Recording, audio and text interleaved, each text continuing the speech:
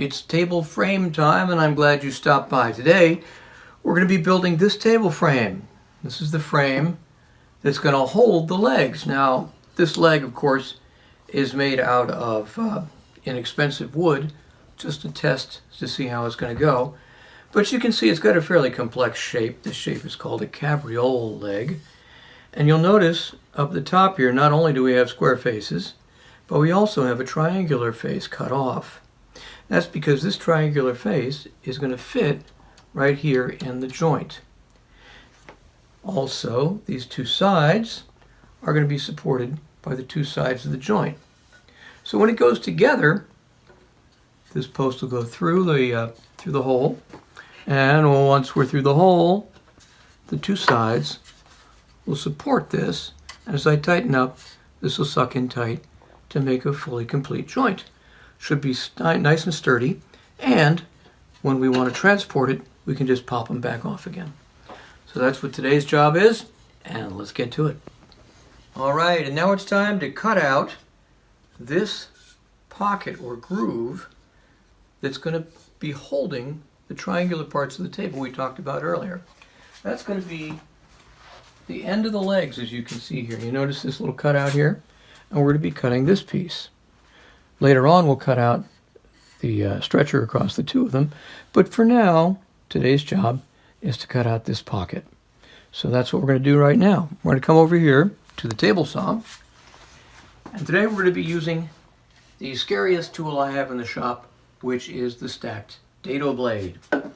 So in order to cut this particular groove in here, I'm going to have to go to the Dado blade, which you can see is two full-size blades with what they call chippers in between. These chippers will take out the extra stuff so that in one pass I can create a nice clean cut like this.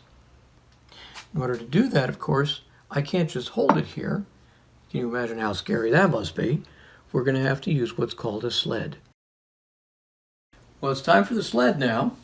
Remember we talked about needing a sled to hold that piece vertically. So I built this sled. As you can see, it's got two runners on it. These runners fit into the grooves on the table saw. So by putting this on top like this, I'm able to push any piece I want right through the table,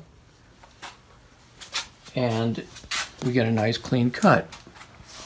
So here's a good example. We cut this earlier, and we're going to do the same thing on this side. In order to do that, I'll turn it this way, and I need to bolt it and hold it very, very tightly while this blade is tipped 45 degrees. So let's tip the blade, and we'll now clamp this vertical in place using a nice bar clamp. So here we are with the bar clamp. I'm going to clamp it right into place, which will give me a very nice, secure hold. There we go.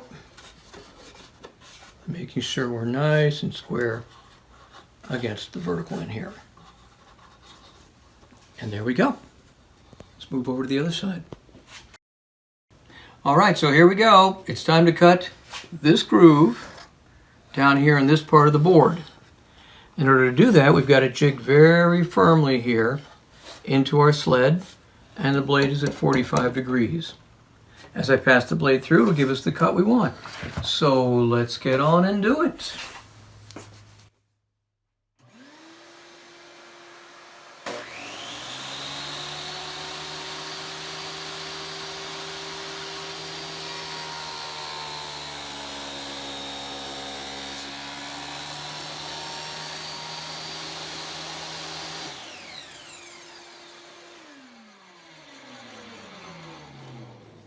All right, we've cut our groove.